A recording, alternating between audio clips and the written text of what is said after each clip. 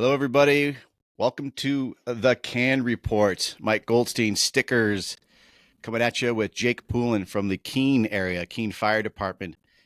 I am happy to have this guy on today. He is super knowledgeable, super passionate, and loves the fire service and everything about it. So today we have Jake Poulin. His bio is awesome. His experience is awesome. He's been in it for quite some time.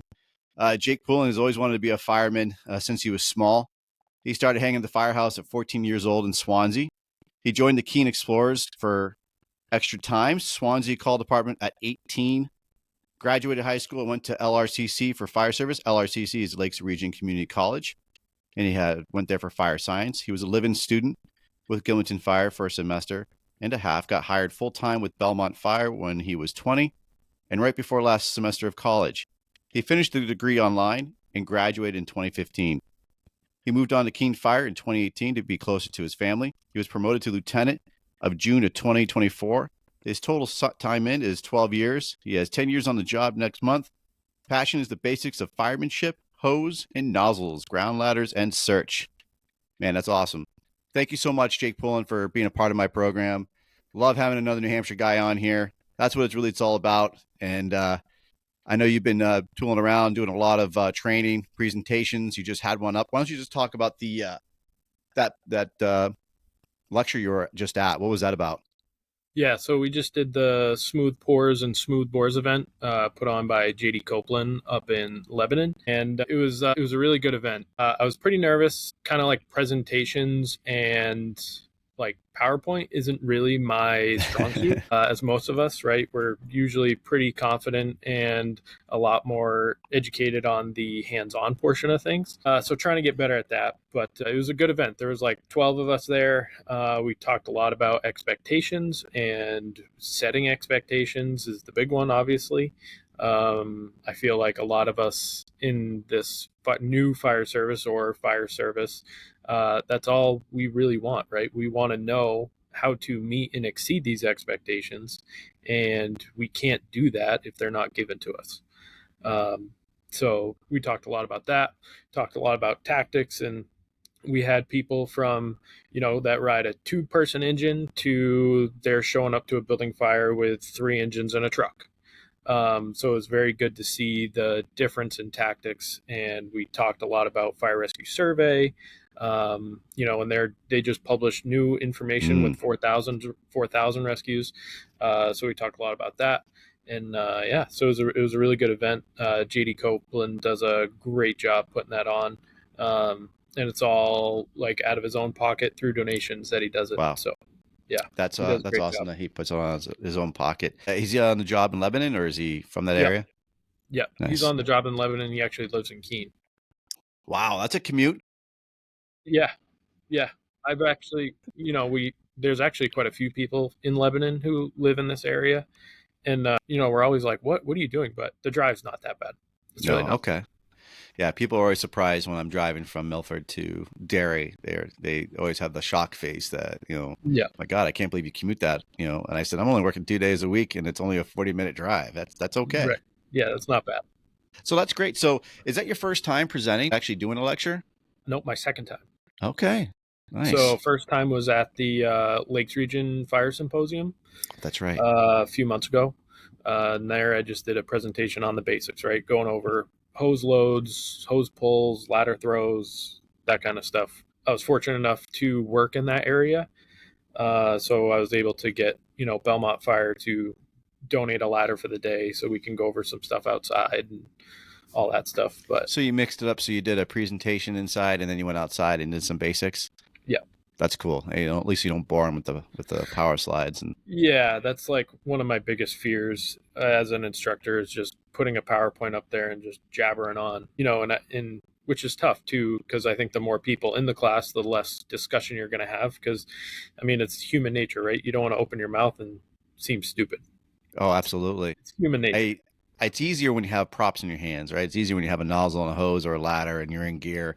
People seem to be more engaged when they're actually in the drill yard than sitting in a chair and watching somebody drone on in front of them. So I'm sure it's pretty tricky to keep them engaged and want to actually listen, because, our minds start to wander and the phones are in our hands and we're halfway paying attention. And I've never actually done presentations. I've never built my own power slide. I've never done a standing up and talking about anything and everything in front of a crowd. It's usually at the drill yard, and it's way easier to do that. And then it's having people stare at you and waiting for something. So Yeah, props to you, man. That's good. yeah. So do you have anything else lined up for that? Nothing lined up as of right now, which is kind of nice for the holidays coming. Yeah, So we can kind of just focus on family life and live that for a good. while. And but and, I think the tough part, especially owning a private training company, is breaking into these small departments, right? Because when I made the training company, that's my goal, is to get into these small call departments to offer them training that they may not receive otherwise. So but it's hard to break into them, because you got to treat it like a business, right? You got to get paid. Because if you're taking time away from, the family and your job, you have to make it up somewhere. Yeah. So you have to get paid and you have to treat it like a business, which is the hardest part about this, because I want to go to these places for free and just, spread the good word, and you can't. That's difficult. Yeah. Uh, Tell me about your company. What's the name of the company? So the name of the company is Jake's of All Trades Training and Consulting. We do, hose line, search, ladders, just the basics. I am Hmm. not a tech rescue guru. That is not who I am. So I'm not going to put myself in that arena. I pride myself on being good at the basics, and because it's been proven, right? If you look at the best engine companies in the big cities, right, that's all they do is the basics. Yeah. So if we can be good at that, that'll transfer into the, you know, tech rescue world or special operations world, where if you have a good foundation, we can pretty much do anything that we want, in that world. So, yeah, we just focus on the basics, and I love it. I wish we were busier, but is what it is right now. It Now, takes when you it say takes we, time. how many people do you have with you? I have a lot of really good friends who have offered to help teach with me. Hmm. Uh, Varying experience ranges, right, from that 1 to 2 year guy all the way up to the 10, 15 year guy. So and it's all depend on what we're going to teach, right? I'm not going to take my buddy from who works in a truck company and have him teach hose, Hmm. right? So I have a very wide array of people that I can pull from to help me teach and do that. Because that's the other thing too, is you know a lot of these drill nights and these small departments are being put on by one person. Well, if you have 20, 30 people and one instructor, that doesn't work, No, it right? doesn't. You need a cadre of people to spread the good word and be on the same page as you, so that way your message is delivered to all 20 or 30 people, Yeah, right? especially Because when you have to break down those skills and do this step by step process, right? The crawl, walk, run method is you can't do that with just one person. When you said like, the 30 people no, is just they're not gonna get the reps in. right. I love it. And yeah, so that's, I probably have 15 dudes just ready to go, That's awesome. yeah.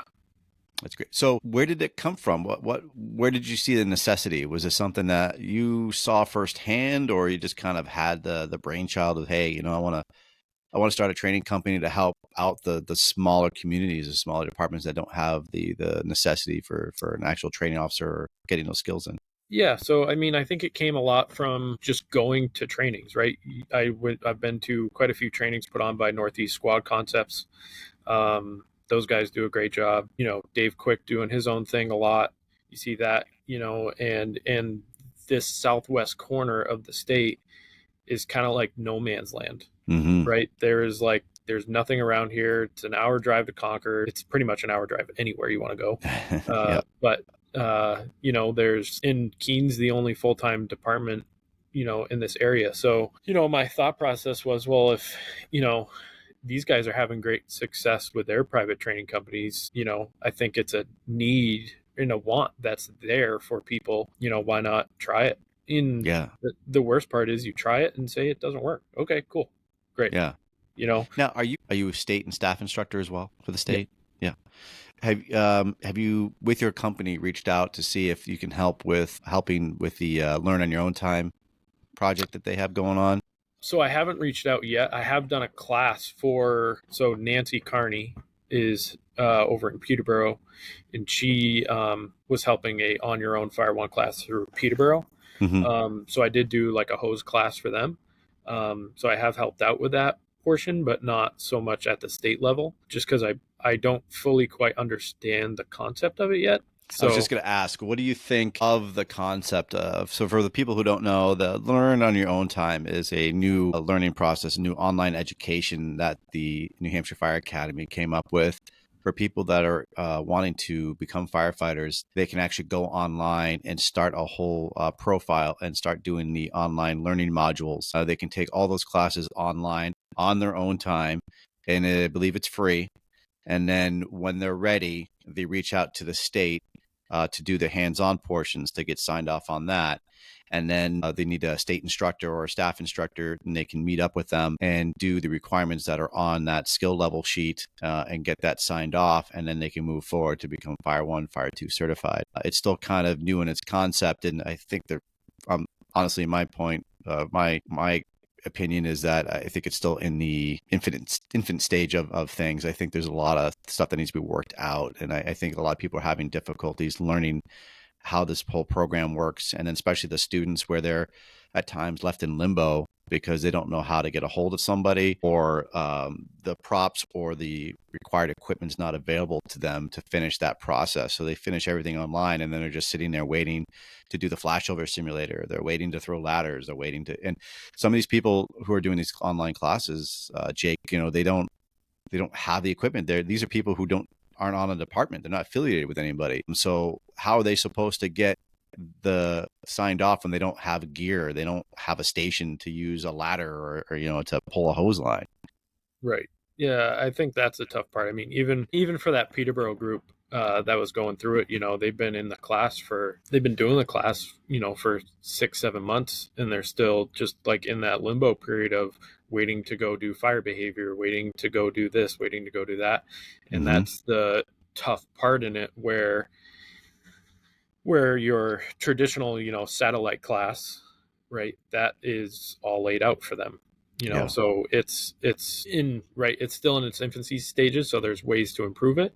And as we all know, the way things move at the state level is always slow. So, Yes. I think there's a way to make it, beneficial, right? I think if we reach out to them, and kind of set it up, and be the contact person, I think it could be more beneficial than a normal satellite class, because they're doing all of their classwork online, and you can still set up a class night to where you teach, the concepts and the whys, and get into the nitty gritty on things of fire behavior and forcible entry and all that stuff. So, I think there is a possibility for it to even be better than, your standard satellite class, because your standard satellite class, you're going to have either 2 or 1 night a week Mm-hmm. classroom, and that's 4 to 8 hours a week, right? Yeah. So whereas if you can make your own schedule, and then do an 8 hour day on a weekend, or 2 4 hour nights and then an 8 hour day on the weekend, and you can really get into stuff and learn, not necessarily just the book way, but the on the job way as well, right? The high shoulder carry and raising it is in the book, right? But even in recruit school, those students may do it 5 times. To Yeah. whereas if you do it on your own, right, you can learn the book way and then spend the majority of your time doing it the real way.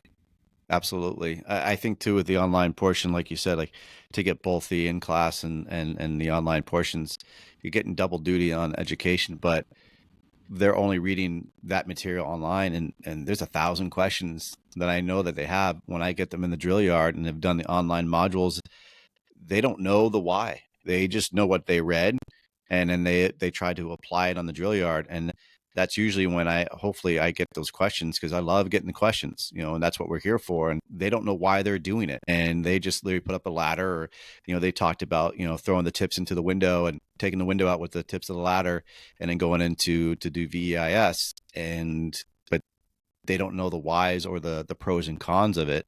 There's obviously when you're If you want to go ahead and vent with the ladder, that's great. Have the manpower to do it, because if it's just the two of you and you're not masked up and ready to go, or if it's just one person, clearly then that was some of the things that they came up and when we were doing ladders is it was one person throwing a ladder and they said, yeah, I'm supposed to throw it in the window and break the window with the tips. I said, that's fine and great. But if it's just you, how are you going to do all that? You've just created that flow path. They don't even know about the flow path. They just knew to throw the tips into the ladder, break the window, and then eventually I'll mask up and get up there and do something. But so that's all they knew was throwing it into the window. But they didn't know the pros and cons, the whys. Why should we do it, or why should we not do it? And how to mask up quickly. And if you're going to now create a flow path, you need to make sure you're damn well ready to go up that ladder and do a search, or even just entering the window. Those are a lot of things that they just took online, but they didn't know how to do the actual stuff. And then they come to us and say, hey, yeah, I need to get checked off on throwing ladders. Well, it's not just as simple as that. I'm not just going to make you throw a ladder into the building and say, yep, okay, you did it. I want you to understand why, like you just said, the real world, I think sometimes we definitely, the curriculum, as we all know, hurts us in the fire service because we're just checking boxes. We're not showing them the way or a way to do it and the whys behind it. And, I think we get so curriculum based that we have to check the boxes to make them pass their class that, we're not teaching them the actual real world application of this job. And then when they come to fire departments where they want to work full time, it's an eye-opening experience. Or that fire department gets pretty pissed off because, they expect them to have at least those minimum requirements to understand why they're doing these. And then they come to us, in fire departments, and, we get pretty pissed off because why don't you know how to do any of this? Why don't you know the whys behind it? Well, I was just checking the boxes. Right. And I think you're seeing that a lot, even in the fire department now, regardless of where you work. The turnover rate is huge. Everybody has a ton of new guys, which means a lot of probie manuals, right? Yeah. Stuff to get signed off. And I see it, quite a bit where I work, is you just have people who want to check the boxes, get it done, and then move on, right? They care about the why, but not enough to delve into it, right? Yep. They just want to be checked off, get off probation, and be good to go. But you need to know the why behind what you're doing to be successful. Yeah. Otherwise, you're gonna fail, and that goes back to setting expectations, right? If you don't have a set of expectations of knowing the why, or why are we going to do this? We're doing this because of this, and having the why behind the expectation, then you're just going to have failure after failure after failure. Right. Fully involved. Right.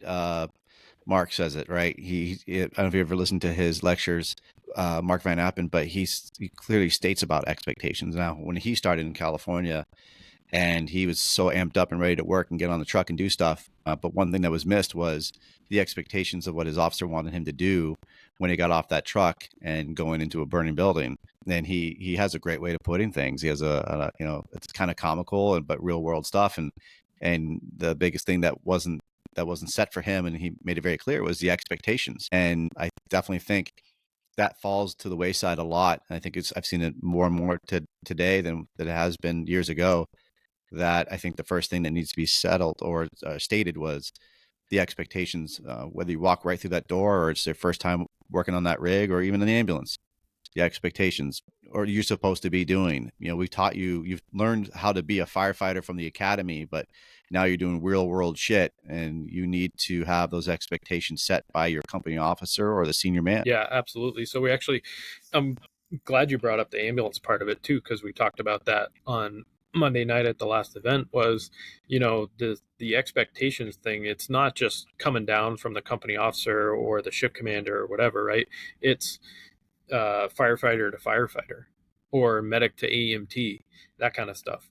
If Yep. you set if you go to a chest pain call and you, as the medic, you want the 12 lead in the first 5 minutes, well, that gives that AEMT or whoever is there, the engine company or whoever, a goal, right, Yes. to meet or exceed, right? And if they don't meet it, well, then that's when a conversation happens after the call, right? Like, hey guys, we really need to do this better, blah, blah, blah, blah. This is how, and that stuff. And that's the other thing too with expectations, is if they're not set or you don't have expectations, is how do you improve? Mm-hmm. Right? If we set expectations and we don't meet them, right? Well, that is okay. That's areas that we can train on to improve to meet those expectations. So a lot of people just kind of brush it off of like, oh yeah, it's expectations, right? The shift commander wants us out there at 7 a.m., blah, blah, blah, blah, blah, right? But why does he want you out there at 7 a.m., Mm-hmm. right? He wants you out there so that way when you get that, nasty car wreck at 7:05, right? Your shit's on the rig, ready to go, and you don't have to run to your gear grid, which is, in a lot of people have new stations now, right? So it's 100 feet, 150 feet away from the rig. You're not busting ass to get there. You miss a piece of equipment, all this stuff, right? It's, that's why. So, Yep. it's a pet peeve of mine, and I've been a lieutenant for 6 minutes. But every shift we talk about those expectations on Yeah. fires and motor vehicle accidents. We talk about them every shift because then that conversation then goes to tactics, Mm-hmm. right? And we talk about tactics. We talk about okay, what do you got with this shown? What are you going to do in it? And it grows a conversation from a 3 minute, hey guys, this is what I expect, to what are your thoughts on this? And what are you going to do? And it goes into 30 minutes sometimes, which is, beneficial for everybody involved. Yeah, absolutely. And I'll bring it back again to fully involved, where when he started his department, when he was younger, the expectations was they told him about what the coffee needs to be and how you clean the toilets and where the mops are. And, they gave him all those expectations and knowledge of how to do some housekeeping and keep the coffee going. But the expectations of getting off the rig and, your next job after getting off the rig is supposed to be, that wasn't laid out. And in my experience as well, that, man, I everyone could tell you where the broom is, and everyone could tell you where the mop is, and what kind of circular path you're supposed to scrub the toilet. But when it came to doing other things, that was missed because in their mindset, especially from probies teaching other probies or people who just recently got off probation, that's what they remember was chores. We need to make sure those are done. That was their expectations. That's what was keep being relayed down to probationary firefighter was chores. We need to make sure those are done. We need to make sure they're done correctly. But everything else was kind of thrown to the wayside. And it's gotten better, I think, from me, from my position where I'm at now. It's definitely gotten a lot better where, the expectations are set. The people that do the recruits that we have at our department, he does a fantastic job. Will Tallheimer, he is very into the craft. He's very into the service and leaving it better than we found it. And he makes sure to let the guys know, like, it's not just scrubbing toilets, but this is knowing where your equipment is, getting your equipment staged, ready to go. Like you said, like not go running to the lockers. Like, I want your gear staged, set, ready to go at a moment's notice. Just because you're doing this recruit class, you never know, a call might come in, but I want you to be ready. I want you to make me proud. And that's one thing he always said is, I want you to make me proud. And I think that's a great expectation, honestly, that an officer should set with his crew, especially with a new recruit, is I want you to be proud of me, but I want you to make me proud. And it's like it's like a Papa Bear thing, right? Like we all want that pride in our service, but when our guys and succeed from starting from scratch, and you get compliments of either how they're how they acted on the scene or how they're performing at the station, that leaves you happy and prideful. And those expectations, that's where it comes from. If you setting those goals and expectations, that's that prideful moment when you see them following your expectations, especially as an officer, and go, man, that's what it's about, leaving it better than we found it. Yeah, absolutely. And you can also, I like to go into a different side of it, of like personal accountability, right? Is if you don't do these things, right, and we get that run or whatever, how are you going to feel about yourself? Yeah. You know, in right, Will says, make me proud. Well, what about yourself, right? Make yourself proud. Mm-hmm. Make yourself personally accountable, so that way when that run does come in, you're set up for success, right? Your hoods, where your hood is, right? Whether you set it up on your coat or in your boot or however you set it up, right? You're set up for success and set up to be on the truck in under 30 seconds. Absolutely, man. You're right. It is pride with what your performance is, pride of how you treat others. And I mean, we all know, like, it's a big deal. It's in a lot of people's mottos. It's in a lot of people's, when they talk about the fire service. I think pride is always that big word. It's in every friggin' oral board when you ask a new person when they're Right. sitting at that table, and they usually pride is one of the first things they come up with, and that's great. But you need to make sure that you're actually following up with it, and we want to see it. We want you to see that you have pride in yourself and in your work, and I know for myself, and that when I don't perform well, that's a pride thing, and I get down on myself, and I'll replay that in my head and make sure I can perform better next time, and work on the mistakes that I made so I don't repeat them, because I'm proud of what I do. I'm proud of my performance, and I don't want to let others down because I failed to do something, and I know I should be doing better. And that's why we do this job. It's kind of an alpha personality, and we're very prideful of what we do and how we act. So you nailed it. Yeah, and I think, and we can take that into another portion of it too, right? Is we mentioned accountability. Expectations also impact accountability because it gives you something to be accountable for. Uh, and I think one part of the fire service today is, accountability of others. And we need to get back to a place where asking or telling somebody, hey, you fucked up on this. Why did you do it like this? It's not coming from a place of demeaning or being a dickhead or an asshole, right? It's a place of wanting each other to be better. Yeah. We have, I mean, every fire department has it, right? Oh, that dude's an asshole. He's always up your shit about, leaving the oxygen empty, or, your SCB, he relieved you and your SCBA bottles at 4,000, not 4,500, and he brought it up, right?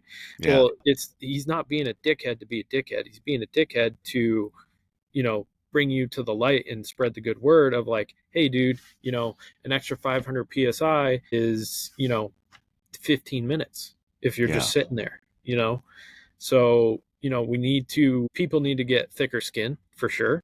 Sure. And realize like he's not personally attacking me. He's trying to make me better. And I also think that goes the other way too, right? Maybe the message can be a little better, right? Not, hey, asshole, you left your bottle at 4,000, right? It's, hey, dude, like I relieved you this morning. I found your bottle at, 500 PSI, below where it should be. Then go into the study of like, okay, we've done this air drill before, and that 500 PSI, if we're just chilling, waiting for a RIT team, is an extra 15 minutes for them to come get us. Yep. And you have, right, that message part, which I have not always been good at, needs to be better as well. I think that you hit it, and I think that you do need to have a thicker skin for it. I think because if you don't relay that message, it's gonna keep happening. So you find something wrong. What happens? Oh, that fucking idiot! You left my bottle low again, and you fill it.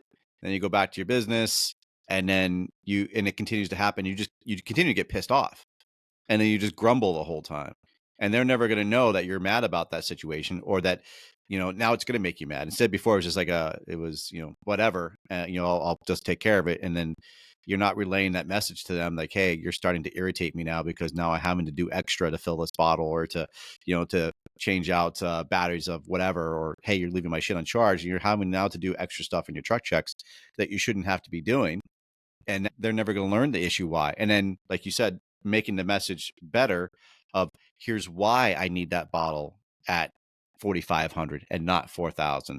This is the data behind it. Here's the numbers, and like you just said before, it leads into now a conversation about tactics and strategies, and why we do the things the way we do it. And here's the data, and you go on Fire Rescue Survey and start talking about that stuff. And I think that's a better way to deliver it than being pissed off and saying, hey, asshole, you just did this again for the third shift in a row, and now you're going to be pissed off, and now it's going to be an argument.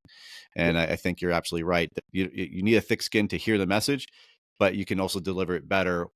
But it's hard to deliver a message without being pissed off if you let it continuously build up. So yeah, right away, I think it's better to actually tell them, hey, my bottle's at 4,000. This needs to not be this way, and here's the reason why. And if they want to hear it, great. If they don't, well, there's no reason to get in an argument about it, but hopefully the message is received, like, stop doing it, or it's going to get worse for you. Yeah, and the message is the biggest part. I think I think society itself has lost a sense of just being a respectful human being. Hmm. And that's trickled into the fire department, right? So that message needs to be coming from a place of care and love, so that way, you know, it's not received as that, oh, he's just being a dickhead or an asshole, right? So because the fire service is a microcosm of society. It always has been, always will be, right? The police is the same way, so we we need to be respectful of each other, right? Because at the end of the day, we are all we have for each other. Yeah, So 100%. We're a family, yeah, and we need to treat each other with respect because we treat our family members with respect. So we should be doing the same thing. But we since we are family and we have kids and relatives, we sometimes have to educate them and and lay the hammer down.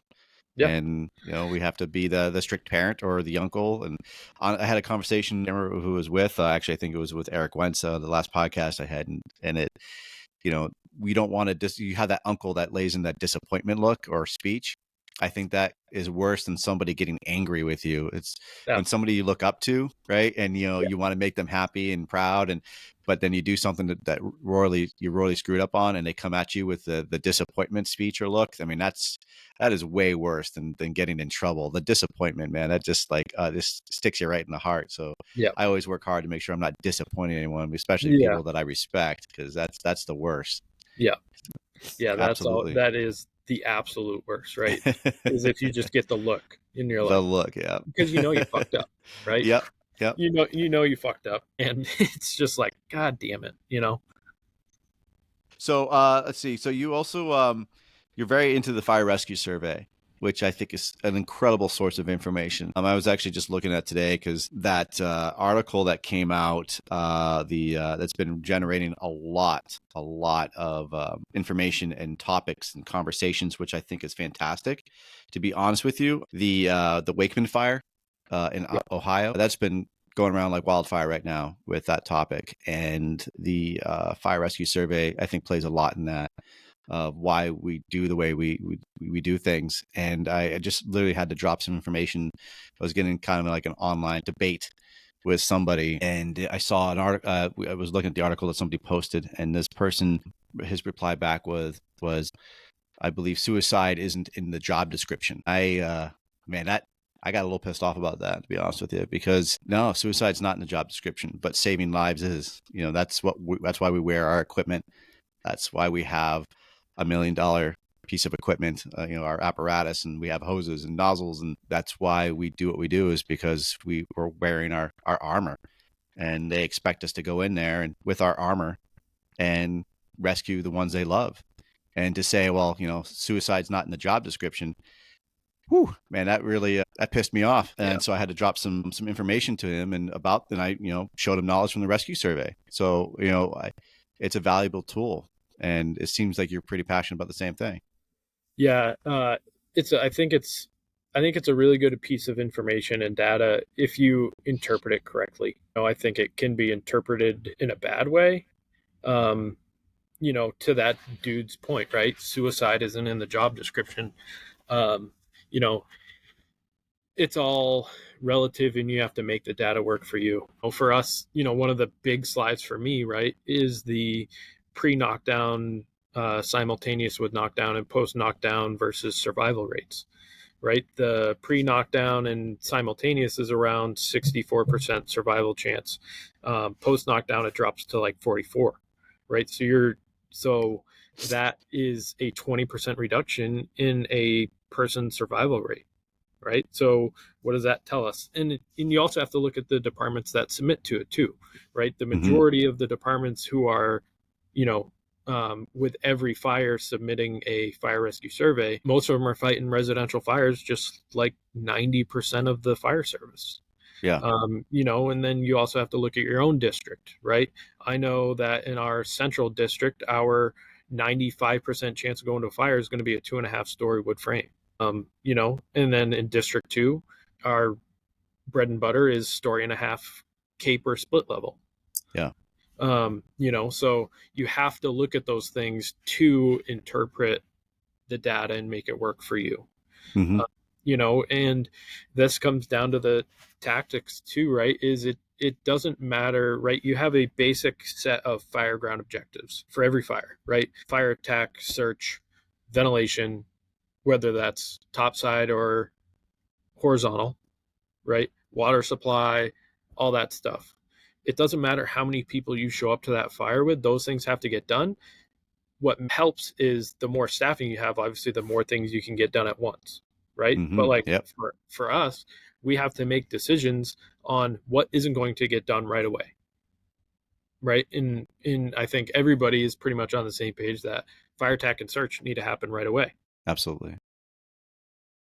And with our number of dudes on duty, and even in the call departments, right, you have to search while that line is going to the seat of the fire, because if you don't, right, that person's just going to be in there for longer and longer and longer. There was a movement a while ago of, just get the hand line in, put the fire out, and then search. And I kind of disagree with that, because if you think about it, right, the longer we leave that person in that atmosphere, the worse their chances are. And that goes back to the fire rescue survey. They have it timeline, right? And it's pretty common sense, but the longer the person's in there, the higher the chance that they don't survive. And how can you stand outside and not know if there's survivable space, right? Like, it's our job to go in there and find it and find them. It's going to be short staffed, and you might have to do some extra work. You're going to have a handline with you, and you're going to have to search off that handline. And that's just the name of the game. We have to do that. Like, I ride with three people on the truck. We're going to have to do some incredible things until we get more help. Yeah. But that's the job we signed up to do. Yeah. And to say suicide isn't in our job description, you're right, it's not, but we still have a job to do. And like you said, you have to kind of figure out what's going to be done and what's not going to be done. And the two things that need to be done is fire attack and search. And, you might not be able to do vent right away. And that's the unfortunate part. Yeah. Like for us, we don't have like an OV guy. Right. Because we just don't have the staffing to support it until it gets there. Correct. And this also comes down to the training portion too, where and this goes down to, you can take this down to, fire 1, fire 2.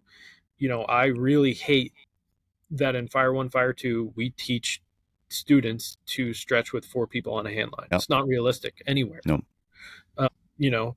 And so we train on a 2-person stretch, a nozzleman and a heel guy. And the majority of the time, that heelman is going to be the chauffeur at the threshold of the ideal age, because we know and we've trained that we can stretch 100 feet of hose through 4 to 5 pinch points with the nozzleman, with preloading rooms and stretching hose, and with that chauffeur at the door, we can get 100 feet of hose into a building. Absolutely. Yeah. But we have to know our limitations. And that comes with training. That comes with that knowledge that I know I can do this, because I literally just did this last week on doing hose stretches in the residents that we got to train on. And you're absolutely right, man. You nail it with we're teaching our cadets or our recruits false security of advancing a hose line with 4 people on that line. And those 4 people really don't have a lot of skills to do it. And they leave and they think they have mastered the craft for that week.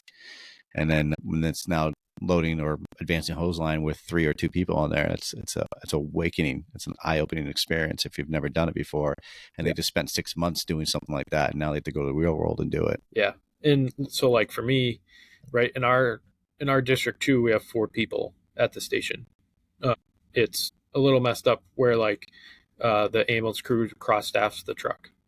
So we have 4 people. If everybody's in service, the tailman and the chauffeur are going to be stretching the line, and then myself and the other ambulance guy, we're going to search the floor above and the fire floor. Yeah. And in education too is part of that, where where are victims most likely going to be found. Well, if you think about, if you have a first floor fire, leave that for the handline crew to maybe stumble upon somebody, right? Because they're not going to be searching; they're going to be stretching. I think searching off a handline is a lot like a quint. You're not really doing one thing really great. That's a good way to put it. Yeah, so the handline's never really searching. They're more or less stumbling upon people. And say at first floor fire, we leave the door open because we don't have enough people for a doorman. So they're going to be getting fresh air one way or another. So, myself, if it's a 2-story, myself and that other member, we're going to floor 2 to search the bedrooms because the smoke's been up there the longest, right? Smoke goes up, bad stuff goes up. We're going to search up there first because they've been impacted the longest. Yep. Nail it, man. I love it. You make a great argument for it. I mean, Goffstown, New Hampshire, right? Their fire department had just realized or just showed about staffing, where they only had one firefighter show up to a residential structure fire. Everybody else was on calls. I mean, Yep. that's a scary ass thing. That's actually happening in our world. It's happening in our state, where It's a reality for us. it's a big reality. And it's my department operates a lot like your department. We cross staff trucks. And we have one station that's staffed with an ambulance, one station staffed with an engine. The rest are all cross staffed. And it's a scary real world thing that's happening. And again, Goffstown Fire, they're not lying about it, which is great. They're being very transparent. That they had one firefighter arrive on that truck for that initial response because everything else was tied up with other emergencies. That's the shit of it, right? If you're right in the middle of, it could be a toe pain, it can be a cardiac arrest, and you can't peel those members away for something that's going to be bigger and better. Right there, that's that person's emergency, and we can't say, well, sorry, you're going to have to call an Uber, or call a private ambulance because we got to go to a structure fire instead. They might, maybe the person with the toe pain might understand, or maybe they won't. That's what they paid for. They're paying those taxes for an ambulance, and Yep. you're cross-staffing that engine with an ambulance. Now that engine's out of service because they're on the ambulance. That's just the name of the game, and that is staffing. And I think departments lately have been really, really good with being transparent and letting their taxpayers know that, if you call for help, it might be another agency coming for you, or it might be longer than what you are usually expected. Or when a bigger situation happens, it's going to be maybe one truck for 10 minutes trying to do the best that they can do under extreme circumstances because we don't have the manpower for it. And that's all over. That's not just New Hampshire. That's nationwide. Yeah. And that's and like that article in Wakeman, Ohio, it's staffing matters, and having standards matter. And now citizens are coming up and going, this is unacceptable. If you can't do the job, then leave. The fact that they have 2 family members that were lost in that structure fire, and the reports were that grandmother was in the house, guy's on the phone telling them where she is, and you can hear her screaming, and they said the house was fully involved and they couldn't get her. And there's 2 sides to every story, and I don't know all the details, but all I know is that family members are angry.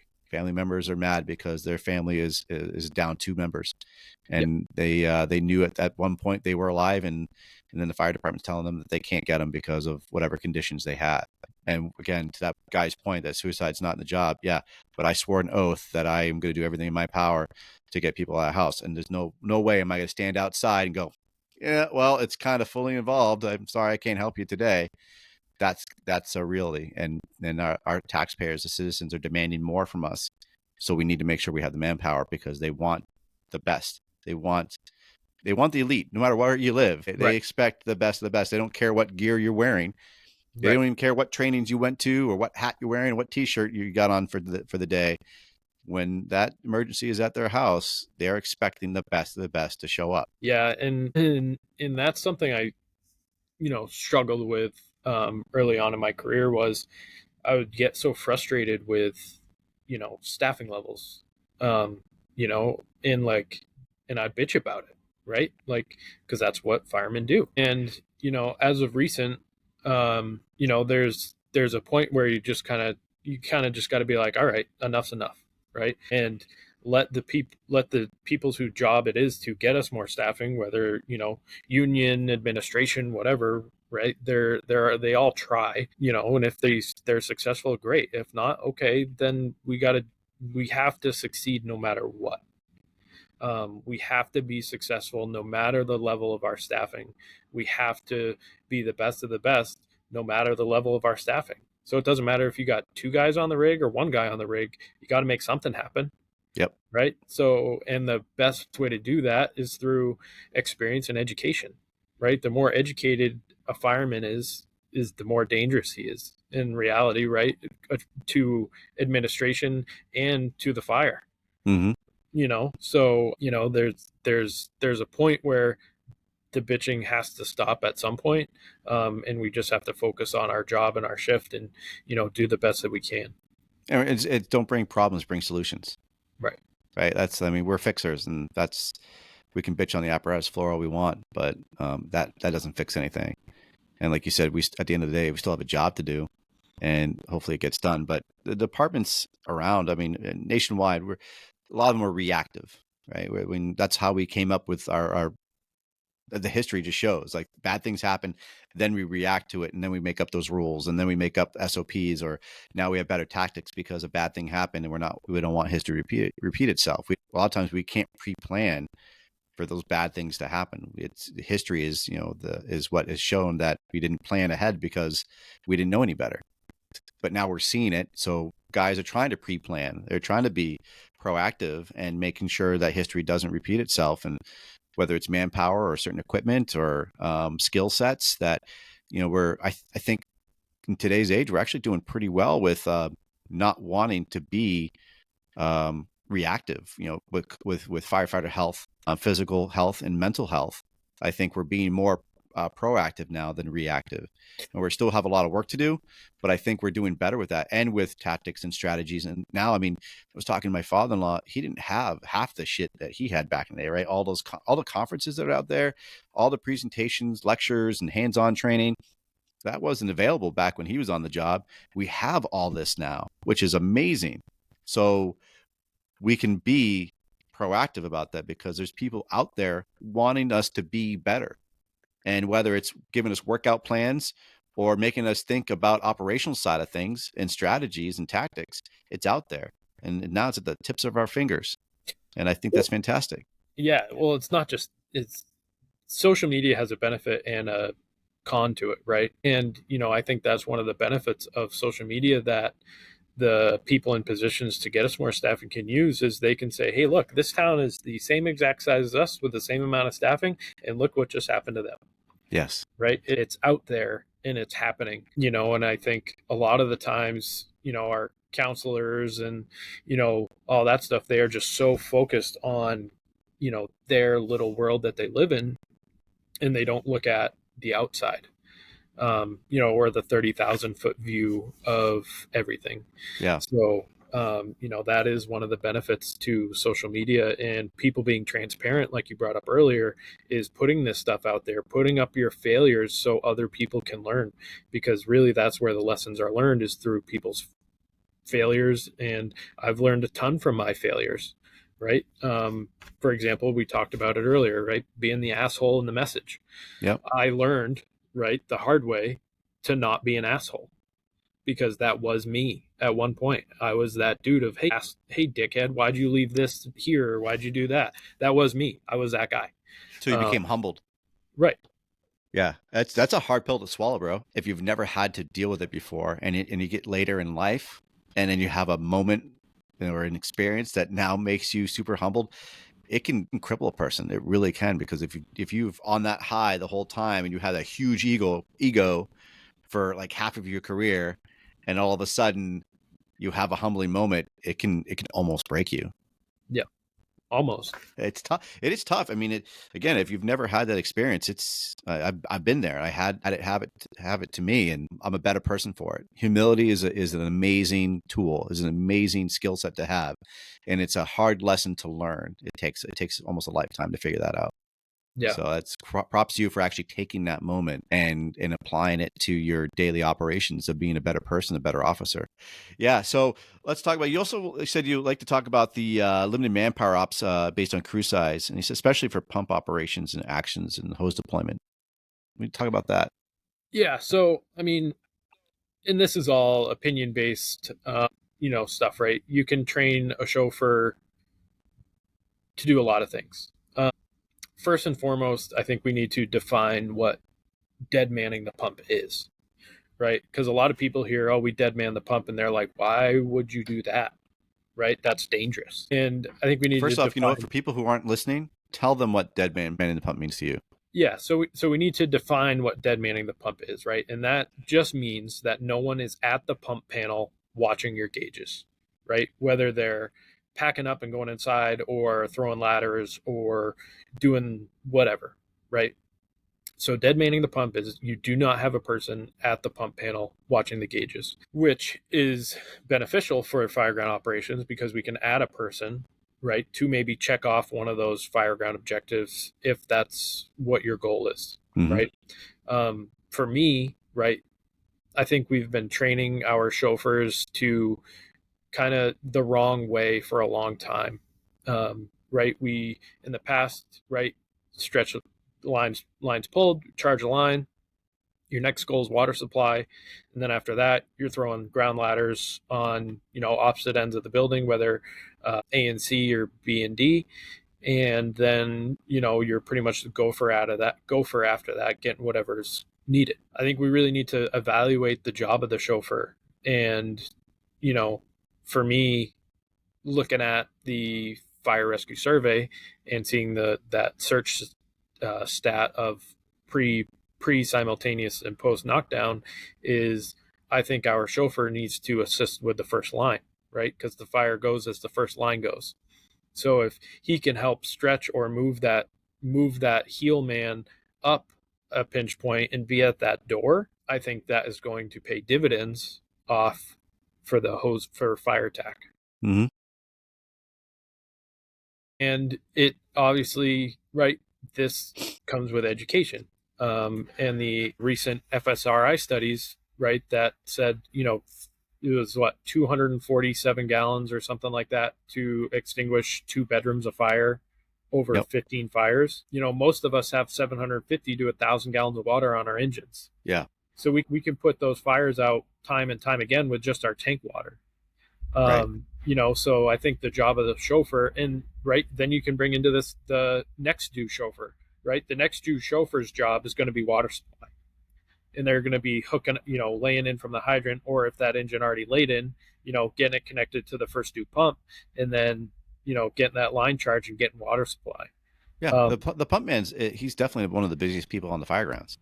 Yeah. He's a lot to do. He's got to make sure that hose bed is clear. He's got to make sure, like you said, I think working that front door, helping that heel man get all those pinch points and getting that 50 feet in or even more, fantastic. And then staging tools, whatever they need right at the door, making sure they have what they need, and then going around, throwing ladders, going around, making sure job is done, making sure they have everything. And honestly, our head's got to be on a swivel too. I think it's the engine man that needs to, the pump operator is looking at conditions, especially if you're the first due truck and no one else is there yet and you got guys inside that building. I want to make sure I'm looking at conditions. I'm making sure that nothing's changing from that outside that they're missing on the inside. That's a huge world out there that we got to see while they're operating inside. Yeah, absolutely. And this is all, department dependent or crew dependent, or sure.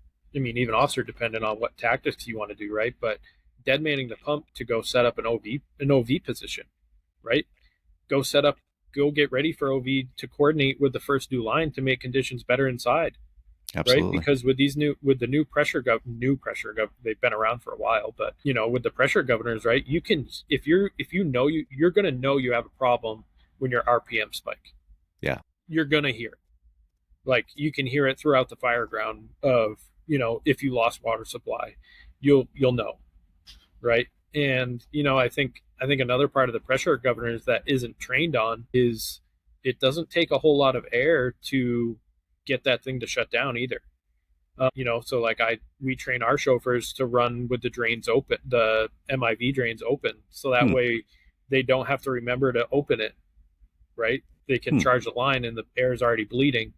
So that way when they open their MIV, they don't get that slug of air and get the pump shut down and then the crews inside lose water.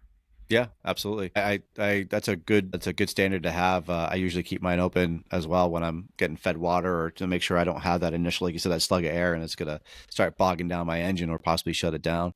And those definitely comes with learning and experience and taking the time to understand your trucks. I think any engine operator that's worth his weight in salt there would know his rig inside and out, but know like also not just how it drives, but just those little things of, I'm going to keep this open, I'm going to close that, or listening for a spike. Listening is a huge tool as an engine operator. And when things are going crazy on the fire ground, that's one of the things we have to keep our ears open for is, whether that engine starts revving up and something's wrong, either water's is now short supply or something else mechanically is happening, it's a huge world. And being short staffed, the engine operator is going to be one of the busiest guys with keeping his ears and eyes open for sure. Yep. Let me ask you a question. Do Yes, you, sir. when you pump a rig, do you leave your tank to pump open or closed once you get hard water? I leave it slightly cracked. I don't open it all the way, but I'll leave it slightly cracked just in case something bad happens, and that hydrant or whatever else is short of water supply. At least I know I have my tank going, so if I need water, it's gonna continuously feed. I know some people like to close it that way. If something bad happens or they're losing water, they know it before something bad happens. But if I have guys operating on the inside, I like to keep it open because if I end up losing that water supply, I can still continuously give them that water off my tank. Yeah, absolutely right. So that's the reason I train guys to leave it all the way open, so that way if we do lose that hard water, the guys inside don't lose water, and we can communicate to them, hey, you're on tank water now. Exactly. And I think, and this is a misconception, and I think the manufacturers of fire apparatus kind of benefited us without us knowing it. So like a lot of Pierces are pre-plumbed with a one-way valve on the tank to pump. Hmm. So that way, when you have hard water, that one-way valve closes and you're not backfeeding the tank. Yeah. But that works in a way where, okay, we lose water, that valve opens from the pressure of the water, and we don't have that skip in water supply issues to the first in hand line. I know like our Rosenbauers don't have it. So it's a matter of looking at the spec and seeing, just going to that tank to pump section and seeing what's there, and and I think that's a huge benefit, because even if you leave it all the way open and you have hard water and you start to see your tank lights drop, okay, well, what's that telling you, right? That's telling you that you need more water coming in. Right. You need You're to pumping figure more than something, a hydrant can give you. right. You need to figure something else out. Instead of just, you know, being being stagnant with your chauffeur abilities, right? And just, oh yeah, we're going to pull this lever, pull that lever. Just look at the spec, see what it says, because that's a huge benefit for the guys on the hand line. Because I know if I'm on the end of it, I'm going to be pissed if we lose water. Yeah. Right? I'm going to be really pissed off and coming out pretty hot. So, Yeah, yeah. Physically and mentally, you'd be pretty pissed off and yeah, hot. When in my previous department, I give them a lot of credit because we didn't run an ambulance. We did a lot of training on hose advancement and pump training, drafting, and hydrant operations, and we did a bunch of it, and it made me better for it. As much crap as I give my previous administration, one thing that he taught very well was I don't want lever pullers. I want you to be able to think what's happening with that pump. If you're not getting water, why aren't you getting water? Or if that's revving up, what could it possibly be? I want you to be able to be thinkers on the fire ground, and pump operators. I want you to be the best that you can be. And I just don't want you to pull a lever and that water comes out. You need to know the reason why it's happening and where the drains are and where the intakes are, and just the whole ins and outs of it. And that was one of the things I remembered the most of one of his statements was, I don't want you to just be lever pullers, you need to be operators. And I do remember that, and I really do take that very seriously, that it's a humongous responsibility. I didn't want to be a driver for a long time because of the responsibility of it. One, getting your crew to the scene safely. Instead of just me driving, I've got 4 other people on that truck with me. That's a scary thing. I'm responsible for 4 other people's lives and other people's lives on the road with this humongous apparatus. And if I crash it, then the people aren't getting help to who needs it. And now it's out of service, and that fire is going to go beyond our control because, for a small department that we have, that help's not coming anytime soon once that truck crashes. So that was always in my back of my mind that I didn't want to do it for a long time. And then pumping the scene, and now you're responsible. If you screw up, you're setting the tone. Like you said, as the first line goes, so does the fire. Well, that has a lot to do with the pump operator. I mean, the guys on the other end who are on that nozzle, if they don't have water, it's not their fault. You're providing that life source, and you're providing that weapon to be functional. And that was a scary thing. I didn't want to be have that responsibility for quite some time. So it took me a few years to actually want to drive and actually be a pump operator because of the added responsibility. Plus, it's way more fun to actually, take a hose line Right. and go inside a building, right? But honestly, when I started driving and pumping, now I realized how much fun this can be, and it's exciting to do that. And I'm a better person for it from my previous department because we did train really, really hard on that. And we trained a lot where we were like in nauseum of it. Like, oh, I don't want to do this again. We just did this 3 days ago. And now it's a week, literally did it like every week, but it definitely made us very strong operators. And I love the fact that you're very passionate about that you need to take pride again, like we talking about. And as a pump operator, you need to take pride in knowing how to do that job because man, on the fire ground, that's probably one of the most important jobs to have because if you can't do it, then the job's not going to get done. You Right. know, the hydrant's just going to sit there and be just an inanimate object with nothing to do unless you actually provide something to it.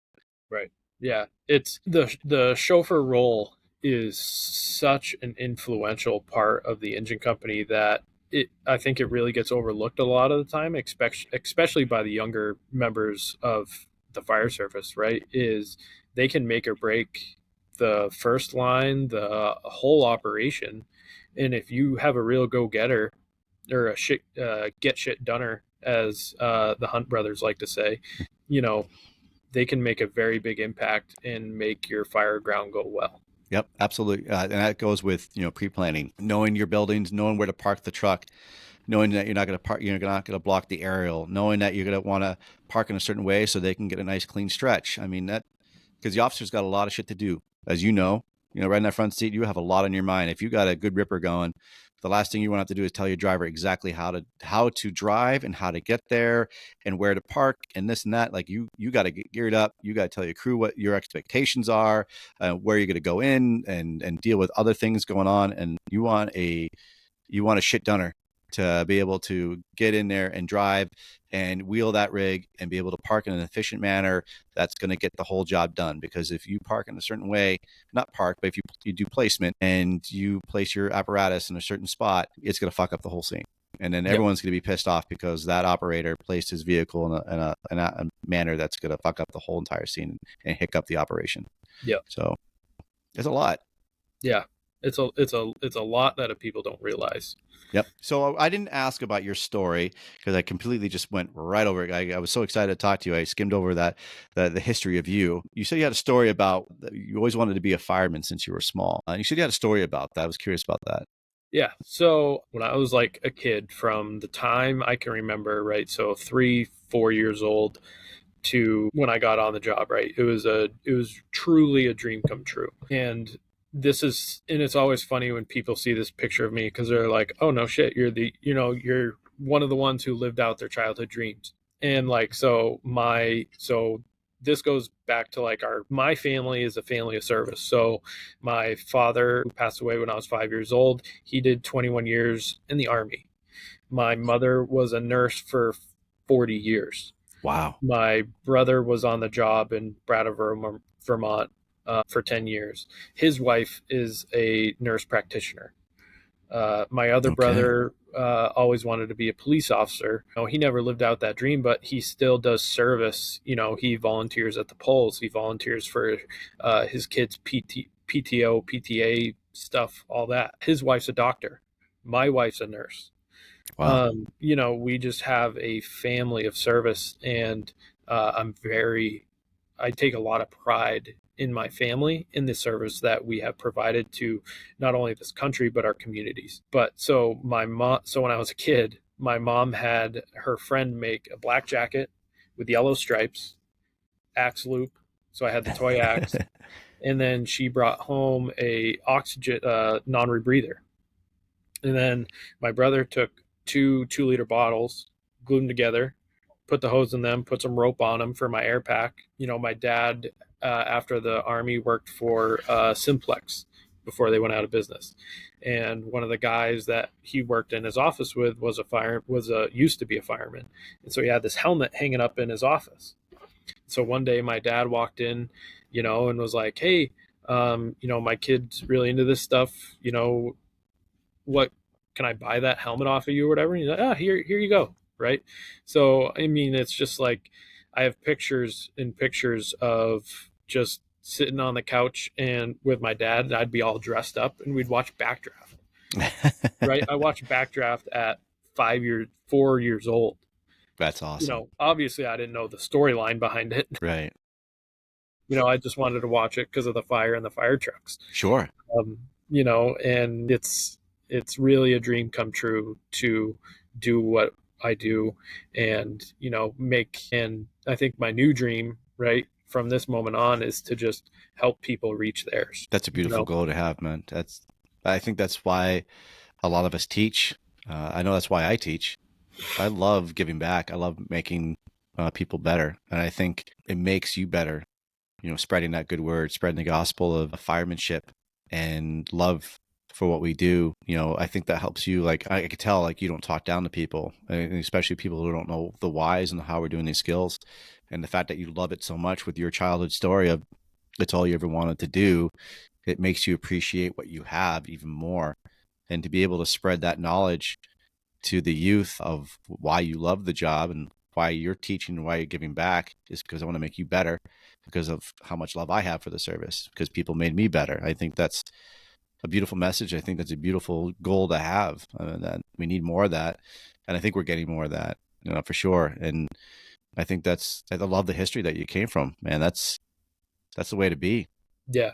Like there's no rich people in our family. Yeah. Being a public service, it's not a rich man's living. That's for sure. We survive off of overtime, and that's how we live. And unfortunately, that's just the name of the game. But we didn't sign up for this job to be rich men. It's not Right. a white collar job.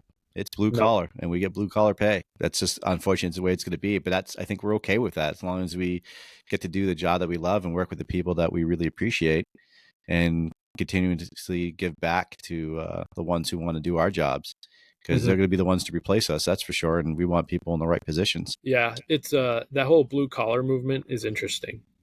I think it's got to be. I think a lot of times it's interpreted the wrong way. I think a lot of the interpretation is just, oh, yep, it's a blue collar job, right? You go to work, you do the same thing every day. Well, that's not our job, right? It's different every day. It's different every day, and you have to be educated, right? I think a lot of you have to be educated in this job. Otherwise, you're 100%. going to fail. And hopefully it never gets there, right? But at some point it's going to happen, and you have to be educated. You have to keep learning. And if you don't, hopefully you have that person in your life that tells you, hey, time to hit the books, or time to watch, FSRI videos or whatever, right? Hopefully they have that person in their life to make that impact. And I think that's people like you and me, people like that go to conferences and go to these outside trainings, people that read these service books and watch instructional videos like the ULFSRI. Man, I honestly, the FSRI stuff, I'm on that religiously. I'm always getting the information from them. I think it's a fantastic source of information, and I'm always spreading that to people. Like we were just up at the academy to teach water mapping and water placement, and I made sure, like, if you guys need to go on this website, and they have a lot of useful information. You don't have to be career, volunteer, whatever you are. Just go on that website and look at the data, the knowledge, the information they have on there. It pays a lot to do that. And if we didn't give a crap about our jobs, then we wouldn't be on it, and these things wouldn't be popular, if you will. That's why they're here, and that's why they're gaining momentum, because I think the more of us want to learn and be better at what we're doing. And I think the ones, like you said, the ones that don't care, they need to leave. To be honest with you, if you don't want to educate yourself and be better and give that to your crews and the people that you owe it to, then maybe it's time to retire, or maybe find just another job to do. And like, I agree too. I think the blue collar statement is accurate. It is a blue collar job, but I think the terminology has definitely changed, where you have to be smart. You have to be educated. You're not doing the same thing anymore. The fire service is fluid. It's constantly changing. Building construction is changing. Our gear is changing. The water application, everything is changing. And if you don't read up on it, if you don't educate yourself, you're going to be left in the dust. And you're not working in a for lack of a better word, you're not working in a factory anymore with no windows and doing the mundane pressing machine, over and over again. Like you said, it's going to be changing every shift, and we have to be able to work around that and work with it. So, Yeah, yeah, absolutely, man. 100%. So you did the Explorer Academy, not the Academy, but you did the Keene Explorers. How long did you do the Explorers for? I was in the Keene Explorers for probably 3 years. Oh wow, okay. They just met once a month, did training. I do ride in time. I rode in during like Pumpkin Fest and stuff. That was always fun. It's always a joy. I bet that was a blast. Yeah, Yeah, it was cool. But if you look at the Keene Fire Department, the majority of our members were Keene Explorers. I didn't know that. Yep. That's So awesome.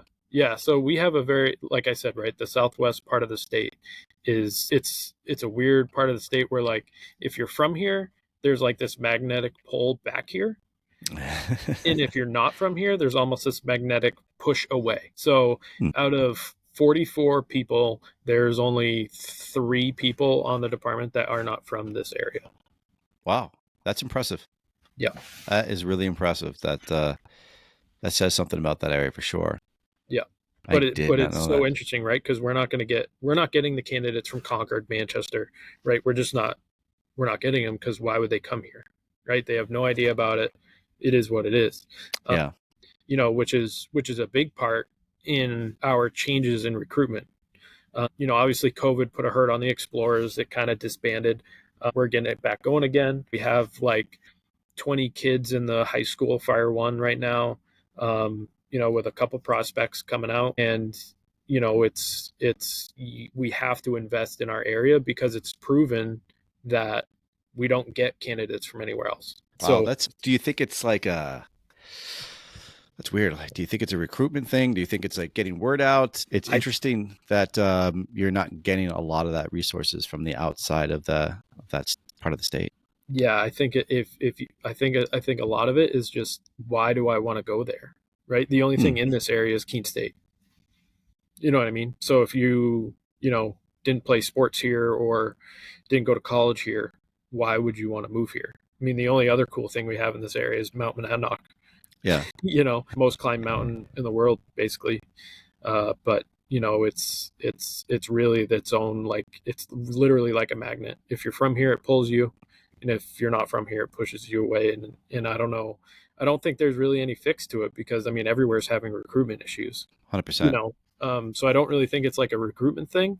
I literally just think it's just people not wanting to live here, from the other parts of the state. You just think it's because there's just, like you said, there's really just have the mountains and some state parks, but it's kind of removed from a lot of the fun stuff, if you will, Right. of the state. Like, it's interesting. I really didn't know there was that much of a, not disconnect, but really not much of a draw to the Keene area. That's definitely a hard thing to try to figure out how to get that recruitment up and get more of the younger folk to Keene area. I honestly enjoy Keene very much. Living in Milford, I'm not that far away, and um, I enjoy driving through it. Yeah. Right. Most people drive through it to go to Drive New through it. York.